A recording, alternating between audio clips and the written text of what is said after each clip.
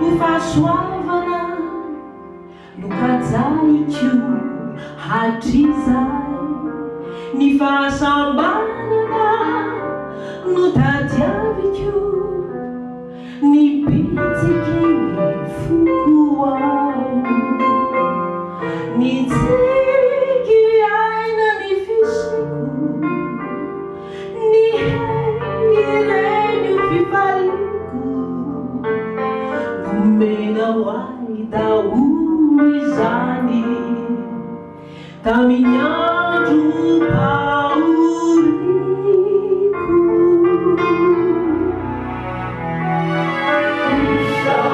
Isaoranay ianao afianay itrasiko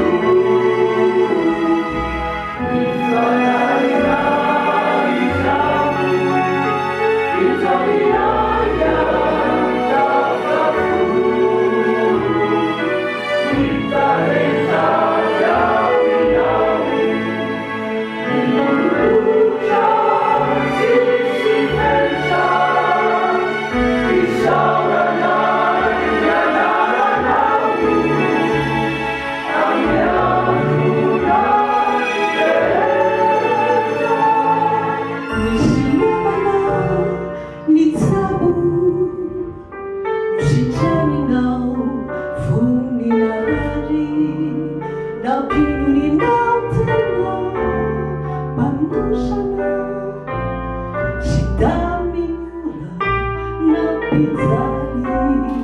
Numenao sana mahay nitraka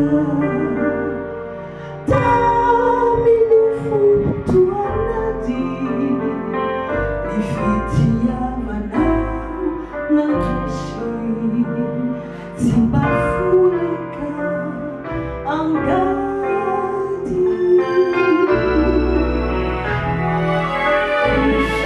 Isaoranay ianao afianay itrasiko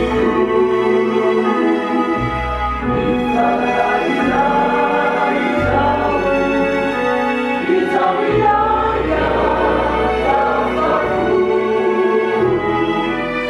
italentay aminao ololotra sisy fetra isaoranay ny anaranao amin'ny andro rehetra.